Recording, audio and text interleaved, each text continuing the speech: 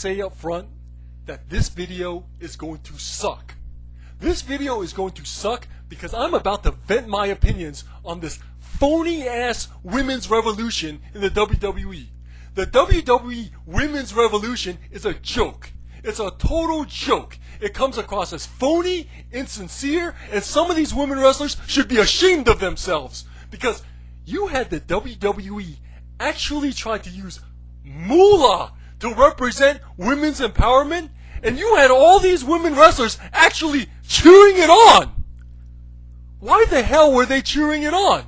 Right? For some of these women wrestlers to talk about women's empowerment and then cheer on the Moolah, to me, that's like the ultimate hypocrisy. That tells me that they don't care about women's empowerment. They just care about themselves. You know, in my opinion, some of these women wrestlers have some serious explaining to do. Because for them to cheer on the Moolah, they were on the wrong side of history on this one. And what they said is now going to be on the internet forever. Because let's make something very clear. The WWE and the women's roster were fully planning on going through with the Moolah Battle Royal. Like, they were ready to go for it. Like, the trophy was designed, a bunch of women wrestlers were cheering on Moolah, like, they were going to do it. The only reason it was stopped is because Snickers put their foot down, right? Snickers is the babyface in all of this. The WWE and the women's roster, they're the heels. I mean, come on. Carmella was saying she was going to be the next Moolah. Like, why the hell was she saying that? Like, in my opinion, a Moolah Battle Royal at WrestleMania would have been an insult to the legacies of Luna Vachon and other women former wrestlers. But yet, today's roster was completely ready to do it. Why?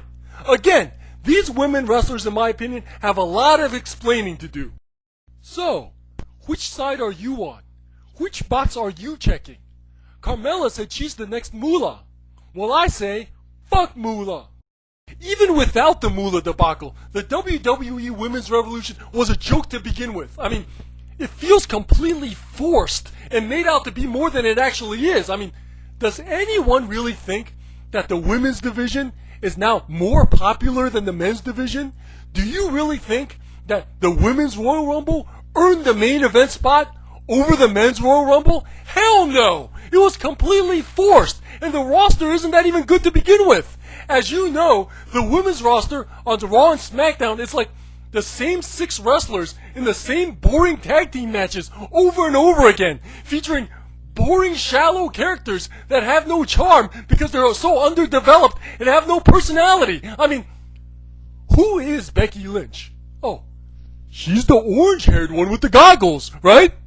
Well, who is Liv Morgan? Oh, she's the blonde one that does the spin, right? Newsflash, fools! Hair color is not a gimmick. A costume is not a personality, okay? But yet, that seems to be the defining difference between these generic wrestlers, that their hair's different and they have different costumes, right? Other than that, they're super generic and their promos are completely forgettable. I mean, you don't get any more underdeveloped and shallow than that. It's almost like the WWE doesn't even care about the women's individual character development anymore. I mean, look at the Riot Squad. 3 girls who look like they're supposed to have 3 completely different gimmicks, yet for some reason they're on the same team just because they're new. Like, how lazy can that writing get? Like, I mean, for example, imagine if The Rock was in the ring. The Rock's in the ring, and out comes this new team of wrestlers. This new team consisting of Hornswoggle, Goldberg, and Disco Inferno. And it's like, what the hell? You know, it's like 3 completely different gimmicks, but for some reason they're on the same team just because they're new? Like, how foolishly lazy writing is that? But that's what the Riot Squad is. If the WWE was really pushing a women's revolution, then why the hell are their women characters treated like afterthoughts? I mean, look at Sasha Banks. One minute she's dancing around with Rick Swann, then she wins the title at SummerSlam for 2 weeks for no reason. It's like totally random. Then she drops the title. Then she's back to being Bayley's BFF.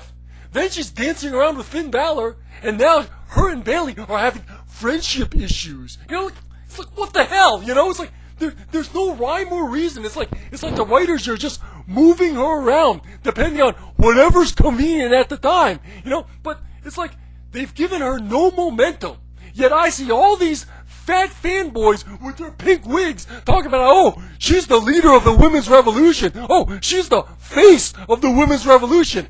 Face of the revolution, my ass. She looks like a freaking gazelle. Legit boss? More like legit gazelle. Now let's talk about one of my favorite female wrestlers to talk about. Bayley. Bayley, the character that struggles with Extreme Rules matches because she doesn't want to hurt anyone.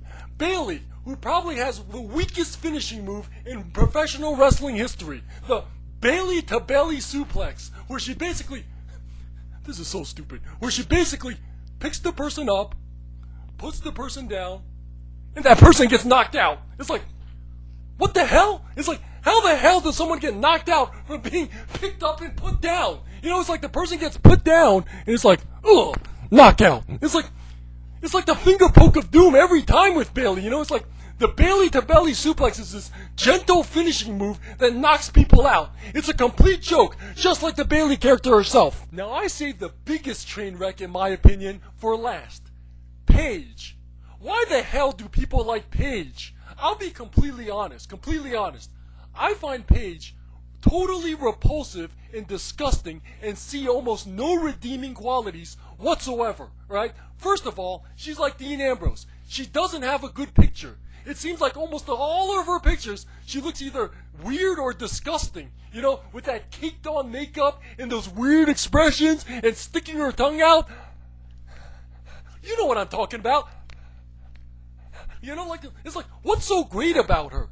You know, in my opinion, when I look at her, all I see is just another gross skinny girl who looks like she's messed up in the head. I mean, remember when she was crawling on her knees in front of Alberto Del Rio, in front of all those people? Like, what self-respecting woman would crawl on her knees in front of all those people like that? I mean, imagine if, hypothetically, you saw one of your female relatives doing that. Wouldn't you feel ashamed and embarrassed? Like, is Paige crawling on her knees in front of a guy who's almost 40 years old representative of the women's revolution? I mean, look, I'm not against women proposing to men. I am not against women proposing to men.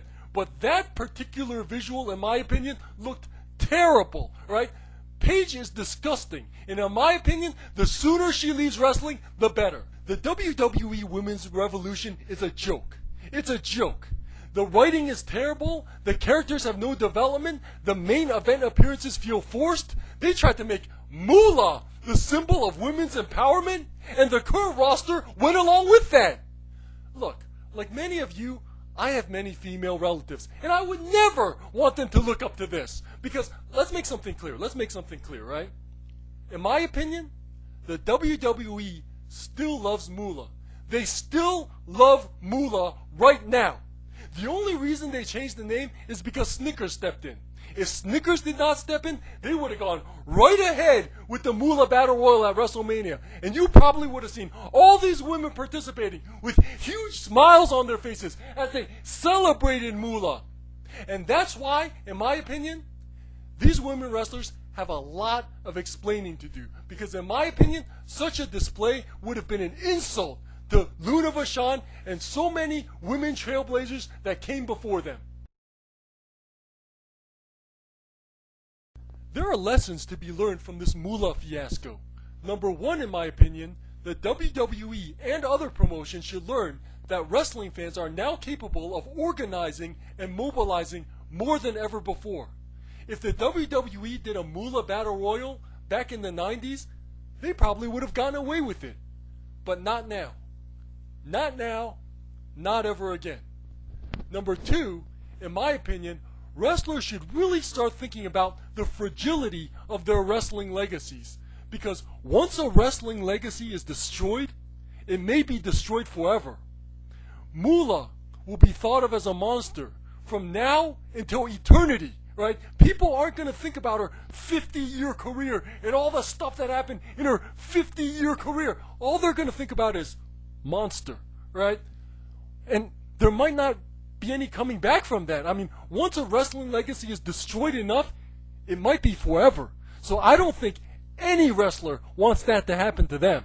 Today's wrestlers, especially the older wrestlers, should really be thinking about the wrestling legacy that they leave behind.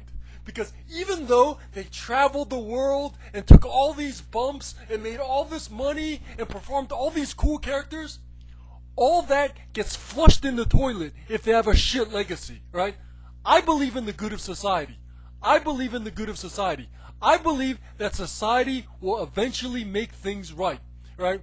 Back in the 90s, we never even heard of Sweet Georgia Brown, and we thought Moolah was like this wonderful legend. But now it's different. Society made things right. The wrestling fans made things right. You made things right. I believe that society will eventually make history right, even if it sometimes takes a long, long time. So today's wrestlers should be very cognizant of that in building a good legacy for themselves. Because once a legacy is destroyed, it might be forever. So these older wrestlers that performed in the 90s, they should be working, in my opinion, really hard to build bridges, fix relationships, and make sure that they've established a strong legacy for themselves. Because even though Carmella says she wants to be the next Moolah, I don't think anybody wants to be the next Moolah. Nobody wants to be thought of as a monster.